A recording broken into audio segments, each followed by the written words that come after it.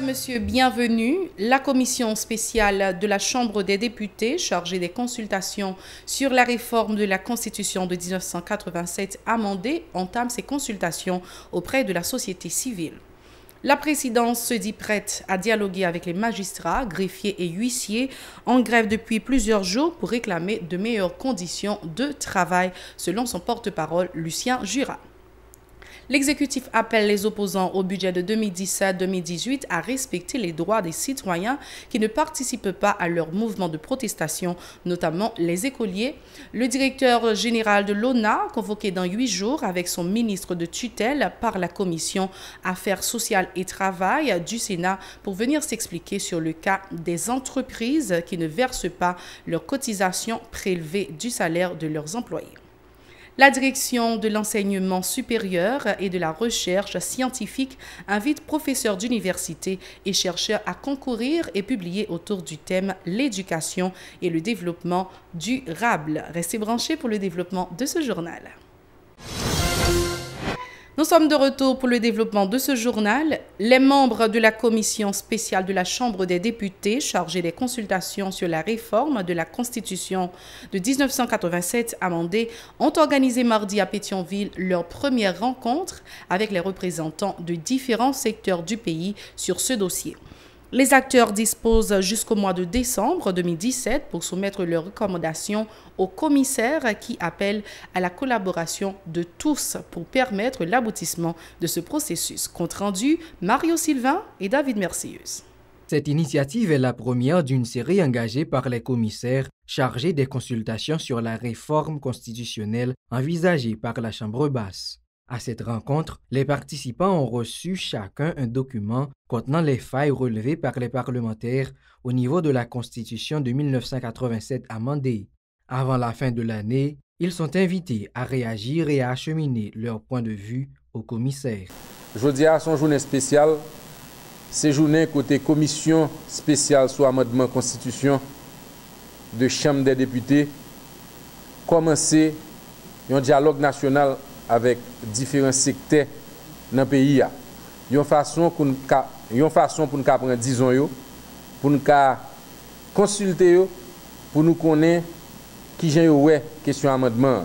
Pour le représentant de l'Association nationale des médias haïtiens, Hérold Jean-François, et l'économiste Pierre-Marie Boisson, le nouveau régime politique instauré en Haïti au lendemain du 7 février 1986 pose de sérieux problèmes dans la sphère sociopolitique et économique du pays. Ils insistent sur la nécessité d'appliquer le principe du respect de la séparation des trois pouvoirs et de faire appel à la compétence pour recruter les plus hauts fonctionnaires de l'État. Nous pensons gagner dans la révision constitutionnelle, nous allons le faire. Il faudrait par exemple que le président nomme le Premier ministre qui forme ce gouvernement et le gouvernement entre en fonction sans pas besoin d'une sanction parlement. Le ça, président et parlement a toujours un contrôle et des cas à interpeller le Premier ministre avec le ministre pour avoir des votes de sanctions. Nous pensons que c'est important pour nous introduire éléments ça parce que nous pensons le pouvoir, les gens qui légifèrent, etc., ils ont un ensemble de savoir et de savoir-faire, de connaissances sur le régime politique qui était choisi par la Constitution 87 là, li brider pays, li empêcher d'avancer. Et pour une raison très simple, le pays a besoin de croissance, le pays a besoin d'emploi. De son côté, l'un des représentants du secteur des droits humains à cette activité, Gédéon Jean, a plaidé en faveur de l'instauration d'un véritable état de droit en Haïti. Selon lui, le respect des droits humains et des libertés fondamentales devrait être au cœur de cette réforme. Il faut que nous reconnaissions d'emblée que si nous voulons une constitution qui est capable de jouer au rôle, à savoir organiser l'État, parvenir à un État où les droits de l'homme, les grandes libertés sont respectées, là il faut commencer par, je dirais, cultiver, sans appeler les principes de l'État du droit. Donc, il faut que nous comprenions que c'est appliqué pour nous apprendre à appliquer le texte, respecter le texte, ça n'a pas construit l'état du droit. Mais si nous n'avons pas gagné cette volonté manifeste comme préalable, comme prémisse, pour moi-même, nous ne sommes pas capables d'arriver à une constitution qui permette que le pays fonctionne. Le dirigeant de l'initiative de la société civile, Ronnie Desroches, lui a mis l'accent sur le renforcement des partis politiques dans le cadre de cette démarche. Il appelle à l'engagement de tous les acteurs pour faciliter la réussite de ce projet. Il faut que nous renforcions nos partis politiques. Parce que c'est ça, la fonction d'un parti politique, c'est pour être capable de recruter des gens qui sont capables véritablement de remplir fonctions pour lesquelles ils sont dans la compétition électorale, que ce soit comme magistrat, comme parlementaire ou bien comme président de la République, qu'ils ont des compétences, expérience, mais aussi popularité qui est capable de permettre de remporter la victoire. Donc, on croit que ça a son travail extrêmement important que nous faisons. Les commissaires disent compter sur la contribution de tous les acteurs pour permettre l'aboutissement de la réforme de la Constitution haïtienne. Les amendements de 2011 opérés au niveau de la loi mère n'avaient pas fait l'unanimité au sein de tous les secteurs de la vie nationale, ont reconnu les membres de la commission spéciale. Sous le haut patronage du ministère de l'Éducation nationale et de la formation professionnelle, la direction de l'enseignement supérieur et de la recherche scientifique a procédé mardi au lancement d'un concours de rédaction scientifique et d'un projet d'appui à la publication d'ouvrages scientifiques autour du thème « L'éducation et le développement durable ». Ce programme est ouvert aux professeurs d'université et aux chercheurs intéressés à la problématique de l'éducation en Haïti. Les inscriptions seront reçues du 16 au 20 novembre prochain, ont indiqué les responsables. Compte rendu Nancy Constant et David Mercius. Universitaires, étudiants, partenaires nationaux et étrangers ont été mobilisés dans le cadre de cette initiative visant à encourager la production des ouvrages scientifiques et trouver des pistes de solutions aux problèmes confrontés par le système éducatif haïtien. Le directeur de l'enseignement supérieur et de la recherche scientifique, Paul-Yves Fausner, précise les modalités du concours. Il s'agit précisément du lancement de deux importantes activités, à savoir, premièrement, un concours de rédaction scientifique autour de la thématique l'éducation et le développement durable. Ce concours s'adresse particulièrement aux étudiants qui se trouvent au niveau de la licence. La deuxième activité là, c'est un projet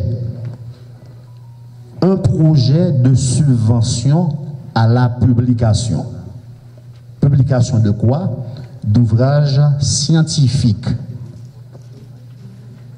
Mais ce projet-là s'adresse particulièrement aux professeurs chercheurs travaillant dans les universités. Selon le responsable, les étudiants finissants qui participeront à ce programme soumettront un texte d'une dizaine de pages et 5 des concurrents de cette catégorie seront primés. Les autres participants auront à préparer un ouvrage complet sur le sujet et 3 d'entre eux seront récompensés. Les critères que nous avons prévus pour ce concours-là sont les suivants. Un texte ne dépassant pas une dizaine de pages, comportant une introduction à construire selon les règles de l'art, un développement où il va falloir énoncer un problème. Les ouvrages-là qui abordent la problématique de l'éducation, eh bien ces profs-là auront la possibilité de trouver les frais, les moyens qui leur permettrait de couvrir les frais d'imprimerie.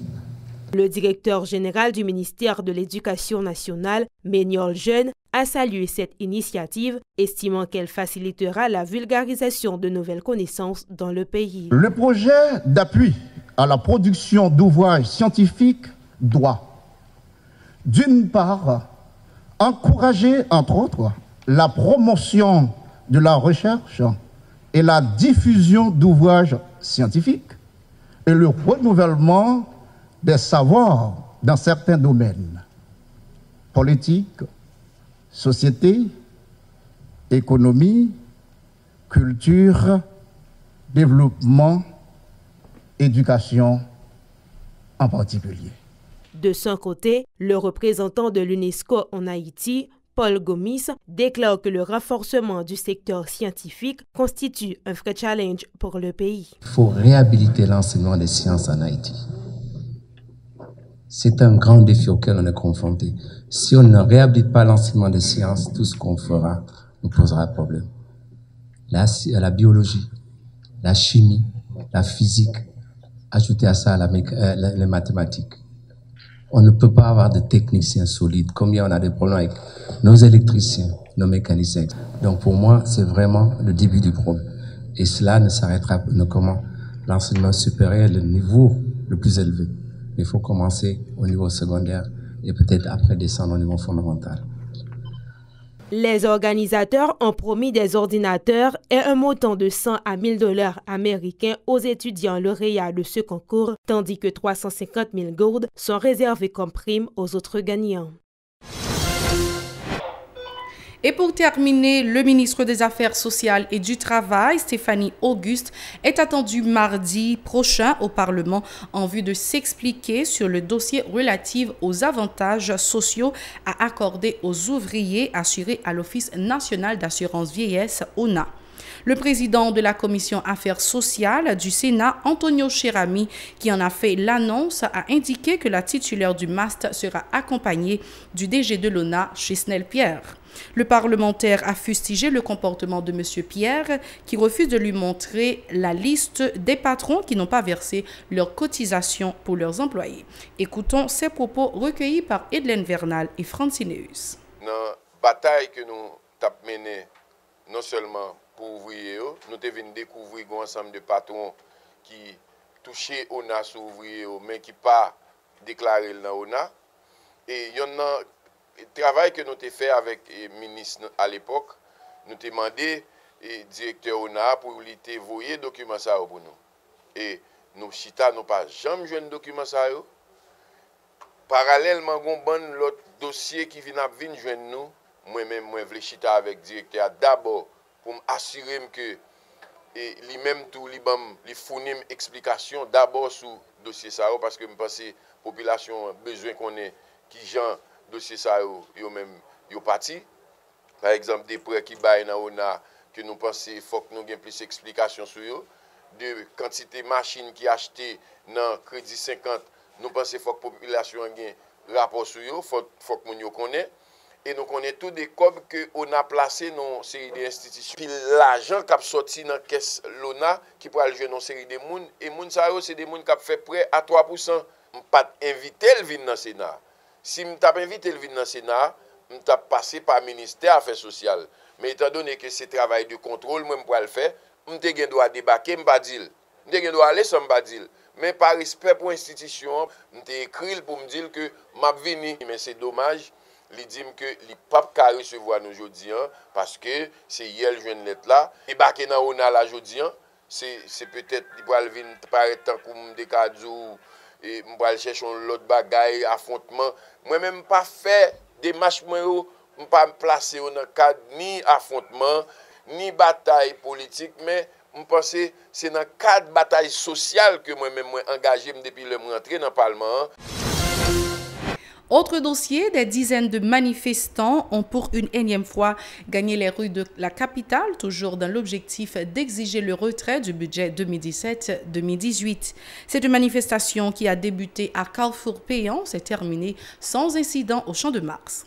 Les protestataires ont dénoncé des cas de brutalité policière et de violences armées lors de leur dernière manifestation dans la capitale contre le budget. Les propos de quelques manifestants recueillis par Jean-Marc Sondorcet et Riguer Noël. La dirigeant peuple, dans ce sens, nous-mêmes nous déterminons plus que jamais. Nous dit le 16 n'a pas cap, le 17 n'a pas de presse encore, et nous lançons appel là solennel. Dans 10 départements, dans 4 coins pays d'Haïti, même dans la diaspora, le 17, si Dieu veut, c'est un raz-de-marée pour nous dire clair, monsieur pas capable encore en dedans. Pays non pas capable avec pas dire rien ouvriers à faire revendication ils demandent au salaire minimum de 800 gouttes libre $3 à ici seulement 3 doquets de Joël Moïse par pour peuple Joël Moïse qui est un gouvernement anti-changement son gouvernement gagotin pillageur. Eh bien nous constatons tout après budget Jovenel Moïse veut à tout prix mettre campé yon KEP permanent qui pral lier encore Léopold Bélanger, Carlos Hercule et Yolette Miguel ak Saint-Hubert que moun sa yo peuple haïtien passe liste noire sur yo comme des traites de la République. Ce sont des moun que peuple haïtien dit qui gâche avenir jeunesse haïtien et bien moun sa yo c'est des criminels électoraux qui pral continuer nommer moun dans tête pays et bien peuple haïtien dit non. Le gouvernement ne s'oppose pas à la décision de certains citoyens se réclamant de l'opposition de manifester pour exiger le retrait du budget 2017-2018, a fait savoir l'un des porte-parole de Jovenel Moïse, Lucien Jura. Lors d'une conférence de presse au palais présidentiel mardi, M. Jura a toutefois rappelé aux protestataires l'obligation que leur fait la Constitution haïtienne de respecter les droits de ceux qui ne participent pas à leur mouvement, principalement ceux des écoliers qui commencent à manquer plusieurs jours de classe en raison de ces mouvements de protestation dans la capitale. Les propos de Lucien Jura au micro de Jean-Maxime Dorsey et Eric Garnoël. 6 jours de classe de perdu. Effectivement, c'est beaucoup pour un pays qui a fait fort pour l'atteindre seuil normal là. Dans le cadre 194 jours, nous perdu 6 déjà. À chaque manifestation qui est annoncée, il y a une possibilité, j'en dis là, que certains élèves perdent d'autres journées de classe. Nous pensons que pendant ces droits, chaque secteur, pour revendiquer et faire valoir position, mais il y a une responsabilité tout vis-à-vis de la nation pour gagner des comportements responsables. Et journée jeudi, il y a une responsabilité parents qui se voient à l'école pour aller prendre peine de l'instruction pour venir des citoyens à part entière de demain. Mais nous pensons tout que dans tout secteur, quel que soit responsable ou bien leader sur ces haïtiens, sur les petites qui sont concernés par la question scolaire, parce que dans l'autre pays, même en temps de guerre, ils reconnaissent la nécessité pour tout le monde à l'école. Question fermer pays pour tout le monde à l'école, c'est tout simplement hypothéquer l'avenir net. Lucien Jura a par ailleurs déclaré que la présidence est prête à dialoguer avec les employés grévistes du système judiciaire, à savoir les magistrats, greffiers et huissiers, en vue de dégeler la crise qui paralyse depuis plusieurs jours le fonctionnement des tribunaux dans les 18 juridictions du pays. M. Jura, qui estime que les revendications des protestataires sont justes, dit croire important pour ces deux pouvoirs de l'État, l'exécutif et le judiciaire, d'emprunter la vie de dialogue en vue de résoudre ce problème qui perdure. Lucien Jura. Pour dialogue là, toujours l'ouvrir. Même gens, récemment, tu as gagné des revendications de maire, le nous chita autour d'une table, dans le respect l'une pour l'autre, compréhension dégagée, nous avons une formule là. Récemment, au niveau du secteur du transport, tu as gagné exactement tout des revendications, l'un chita nous parler, l'une comprendre l'autre, et nous pensons aujourd'hui pas gagner qui posait comme défi devant nous pour que dans le cadre d'un dialogue constructif, nous pas arriver à résoudre son préoccupation pour l'exécutif là, effectivement, parce que le système judiciaire là qui campé, qui pas fonctionné, c'est justiciable, c'est citoyens qui pas capable de jouer une décision de justice, sont gros préoccupations pour l'exécutif là, mais nous pensons que dans le cadre de dialogue qui doit incessamment entamer entre l'exécutif et les responsables du pouvoir judiciaire, le problème ça, il ne va pas prendre longtemps pour les résoudre. La présidence a présenté mardi l'état d'avancement de son projet visant à produire de l'énergie électrique à travers le pays 24 heures sur 24. Selon Avenir Joseph, l'une des porte-paroles du chef de l'État haïtien, ce projet touche déjà plusieurs communes dans les départements de l'Artibonite et du Sud. Dans le cadre de ce projet, le gouvernement subventionne à 50% un système solaire portable distribué à des familles. Chaque bénéficiaire doit verser 125 gourdes chaque mois à l'État durant une période pouvant aller jusqu'à 24 mois. Les explications d'Avenir Joseph recueillies par Jean-Maxime Dorsey Eric Geldrel. Joanne, nous saluons tout en confrère avec consoeur la presse qui est présent. Effectivement, volet nous allons parler sur c'est projet qui relève Kaipam clairé. Dans le moment où on a parlé là, il y a 2250 systèmes solaires qui sont déjà distribués, qui répartis comme ça. 500 systèmes solaires qui sont distribués dans la localité Lagrange, dans la 5e section Bocozel, commune Saint-Marc. Il y a 900 systèmes solaires qui sont déjà distribués à Tiburon, précisément dans la localité Sevré, qui est une section communale dans le département Sud-Lan. Il y a 850 systèmes solaires qui sont distribués tout dans la commune Chansolme, qui est dans le département Nord-Ouest. Pays d'Haïti. Système solaire, ça, il a une capacité 120 watts qui gagne là-dedans, il y a un panneau solaire, 4 ampoules, il y a un chargeur, il y a une batterie qui a duré entre 4 à 5 ans et gagne 2 ports USB. Système solaire, ça, il gagne une importance capitale pour bénéficiaires parce que il permet non seulement de recharger téléphone, il est capable de mettre radio et il a mettre 4 ampoules pour éclairer la caille et puis il a mettre fin avec l'utilisation gaz blanc, ça les kérosène et la mettre fin tout non façon qu'on utiliser bougie, ça les baleines.